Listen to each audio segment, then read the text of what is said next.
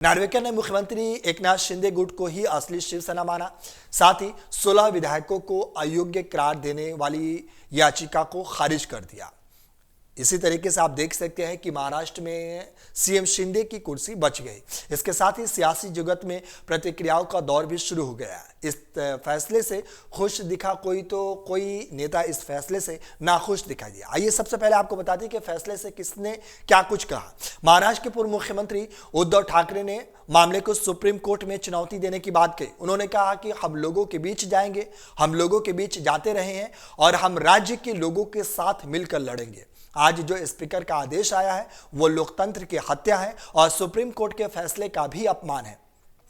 Supreme court ने साफ कह दिया कि राज्यपाल ने अपने पद का दुरुपयोग किया है और गलत फैसला दिया है।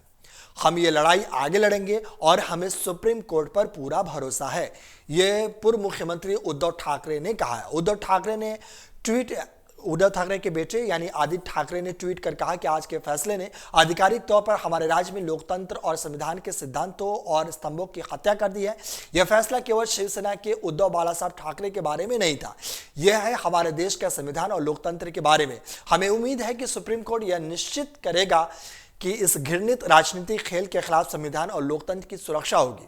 वहीं शिवसेना यूबीटी सांसद संजय राउत ने कहा कि आज का फैसला कोई न्याय नहीं है, यह एक षड्यंत्र है। हम सुप्रीम कोर्ट जरूर जाएंगे, हमारी लड़ाई न्यायालय में जारी रहेगी। उद्धव ठाकरे की सांसद प्रियंका चतुर्वेदी ने कहा कि मुझे बिल्कुल भी आश्चर्य नहीं है, हमने सुना था वही होता है जो मंजूर खुदा होता है। साल 2014 के बाद एक नई परंपरा शुरू हुई है, वही होता है जो मंजूर नरेंद्र मोदी और अमित शाह होता है। हम महाराष्ट्र में होते हुए देख रहे हैं, यह नैतिकता का एक दुर्भाग्यपूर्ण समझौता है। कुछ ऐसा किया जा रहा है जिसे सुप्रीम कोर्ट ने अवैध और असंवैधानिक करार दिया था, कानूनी हो गया है, यह दुर्भाग्यपूर्ण है।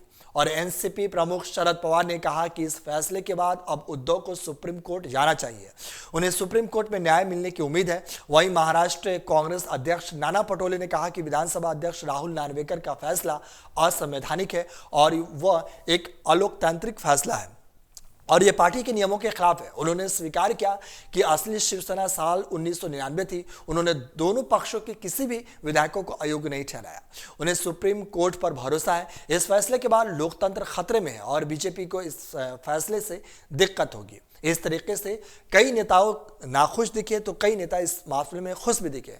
मामले में अंबादास दानवे ने कहा कि सुप्रीम कोर्ट जाएंगे और इस फैसले को चुनौती देंगे। महाराष्ट्र विधानसभा परिषद एलओपी और शिवसेना नेता ने कहा कि यह फैसला गलत है। अगर उन्हें यह फैसला देना ही था तो उन्हें इतना समय क्यों लिया, यह शुरू से ही टाइम पास था। इस फैसले को सुप्रीम कोर्ट में चुनौती दे।